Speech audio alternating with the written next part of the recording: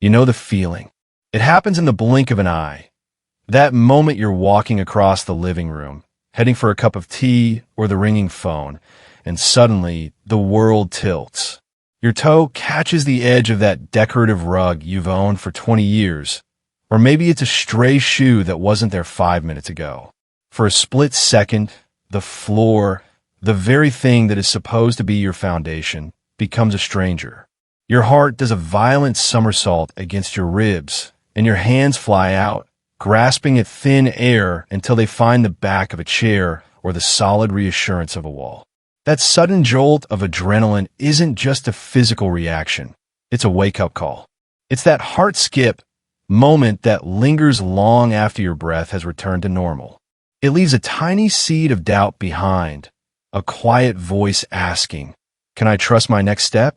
When the ground starts feeling unreliable, the world begins to feel a little smaller and a little more treacherous. You start looking at your feet instead of the horizon. But here's the secret. That heart skip moment isn't just a trip, it's a warning light. It's your body's way of saying it's time to recalibrate and reinforce the connection between your brain and your balance. But what if you could change the narrative? What if you could make your body feel like a fortress, solid, stable, and ready for whatever the floor throws your way?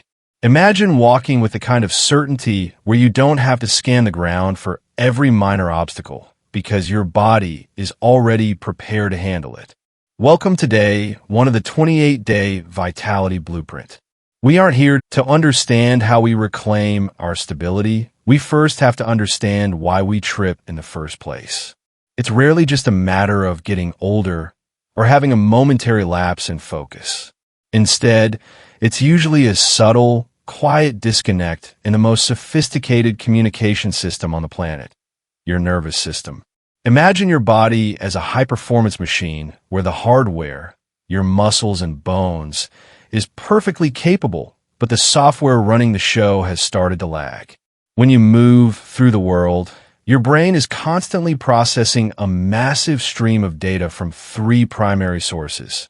Your eyes, which map out the terrain, your inner ear, which acts as your internal level, and the thousands of tiny sensors in your feet and ankles that tell you exactly where you are in relation to the ground. When these 3 systems are in perfect harmony, you don't even think about walking. You just flow. But over time, if we aren't challenging these pathways, the signal begins to weaken. The handshake between your brain and your ankles becomes a bit slower, a bit fuzzier. Suddenly, your eyes see a change in the pavement, but your feet don't get the message quite fast enough to adjust. That splits. There's a reason nature loves this pose. Think about the flamingo standing for hours on a single, spindly leg in the middle of a lake. Now consider this. If a flamingo can master this level of poise with a brain the size of a walnut, you've absolutely got this in the bag. You have a lifetime of wisdom and a far more advanced internal computer at your disposal. Hold that position for just 30 seconds, breathing deeply, feeling the strength traveling from the floor through your leg and into your core. When you switch to the other side, notice the difference. One side might feel like a redwood tree, while the other feels more like a willow in the wind. That is perfectly normal. We aren't looking for perfection today. We are looking for awareness. By simply standing here, you're teaching your body that the ground is a partner, not an enemy. You're proving that you can hold your own space, one leg at a time. Now that we've mastered the art of standing still like a sentinel, it's time to take that newfound stability for a walk. While the flamingo taught us how to hold our ground, our next exercise, the tightrope, is about maintaining that same poise while we're in motion. After all, life doesn't happen in a vacuum. It happens in the transitions. Most trips don't occur when we are stationary. They happen the moment our weight shifts from one foot to the other, that vulnerable split second when we are between steps. For this, imagine a straight line stretching across your kitchen floor. Perhaps it's a seam in the wood or the edge of tile. Stand at one end of your imaginary high wire. Now, take a step forward, placing the heel of your right foot directly in front of the toes of your left. Then do it again with the left. It's a deliberate, heel-to-toe dance that requires your full attention. The vibe here is pure grace under pressure. As you move, you might feel that familiar wobble return, but remember what we've learned. Those wobbles are just your brain's way of fine-tuning your internal GPS. This movement is the ultimate training ground for the real world. By narrowing your base of support, you are forcing your core and your ankles to communicate at a higher frequency. You're teaching your body how to handle the in-between moments with elegance. Every time you successfully land a heel in front of toe, you are reinforcing the blueprint of a more resilient you. You aren't just walking across a room. You're practicing the art of staying centered even when the world is moving beneath you. If you feel a bit like a tightrope performer in a grand arena, lean into that feeling. You are the star of this show, and with every focused step, you're proving that grace isn't something reserved for the young. It's a skill you are reclaiming with every inch of progress. If life were lived on a straight line, we'd already be masters of our domain. But the world doesn't move in a linear path. It moves in circles, sidesteps, and sudden pivots. It's the unexpected turn to catch a falling glass or the quick shift to avoid a puddle. This is where we move beyond simple stability and enter the realm of true agility.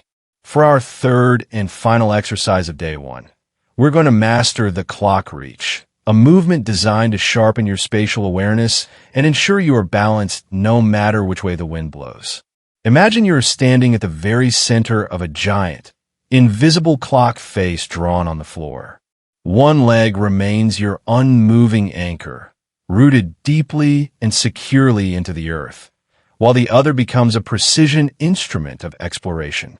With your hands resting lightly on your hips or your trusty chair for support, reach your free foot out to tap the floor at 12 o'clock. Then, with a smooth, controlled motion, sweep it out to 3 o'clock, slide it back to 6, and carefully cross it over toward 9. You aren't just moving a limb. You are mapping the world around you in 360 degrees.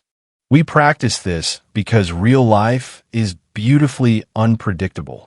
It's the sudden need to step over a sleeping pet that has decided the hallway is the perfect nap spot, or the quick sidestep required when you spot a misplaced shoe in the dark. These aren't just obstacles. They're the moments where your body's spatial software needs to be at its sharpest. By reaching into these different zones, you're teaching your nervous system that it is safe to move off-center.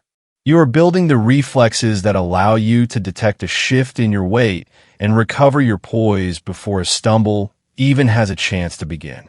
As you circle the clock, feel the strength in your standing leg and the focus in your mind. You are reclaiming the ability to move with freedom and flair, proving that agility isn't about how fast you move, but how well you know your own space. You are no longer just a passenger in your environment. You are the navigator, ready to handle any unexpected guest on your floor with the grace of someone who truly owns the ground they stand on. Now that your body is beginning to find its rhythm and your internal software is coming back online, it's time to look at the stage where your life actually unfolds.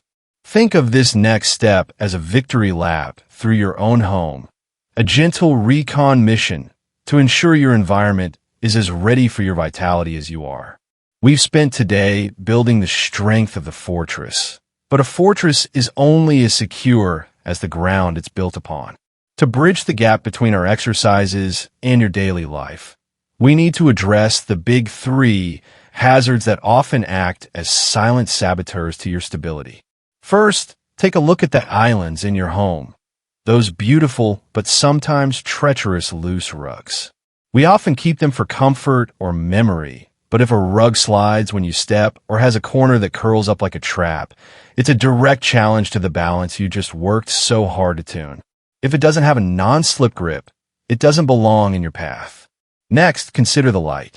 Remember how we talked about your eyes being a key part of your balance software? If you're navigating a hallway in the dim shadows of dusk, you're essentially asking your brain to work with a blindfold on. Simple, bright lighting isn't just a convenience. It is the high-definition signal your brain needs to map the floor with confidence. Finally, we have to talk about the pile.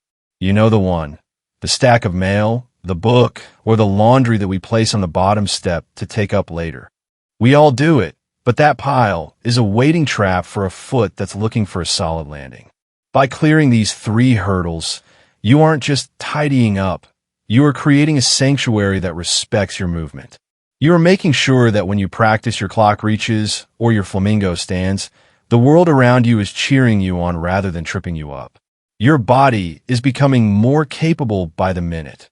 Now, let's make sure your home is a partner in that progress, providing a clear, bright, and stable path for the vibrant person you are becoming. Day 1 is officially behind us, and I want you to take a quiet moment right now to feel the floor beneath your feet. It feels a little different than it did just 10 minutes ago, doesn't it? Perhaps a bit more solid, more certain. You have done more than just move your muscles today. You have begun the vital work of reclaiming your autonomy and rewriting the story your body tells itself about the ground. But the real magic of this blueprint doesn't just happen while we are here together. It happens in the small, unassuming gaps of your daily life. To keep this momentum alive, I'm giving you a mission for the next 24 hours. We're going to weave the flamingo into the very fabric of your routine so that balance becomes second nature again. Tomorrow morning, while you're waiting for the coffee to brew and the kitchen is filled with that first morning aroma, or tonight while you're brushing your teeth, I want you to lift 1 foot. Let those ankle muscles do their little dance while you go about your business. Don't think of it as an exercise to check off a list. Think of it as a tune-up for your most important asset. It only takes 30 seconds, but it sends a powerful, recurring message to your brain. We are steady, we are capable, and we are ready. You've taken the first step on a journey that leads toward a life lived with eyes on the horizon, not on your toes. You've faced that heart skip moment and decided to answer it with strength and grace. Day 1 is in the books. You're already more grounded than you were 10 minutes ago. Rest up, because tomorrow on day 2, we're tackling the morning pivot to get you out of bed with power.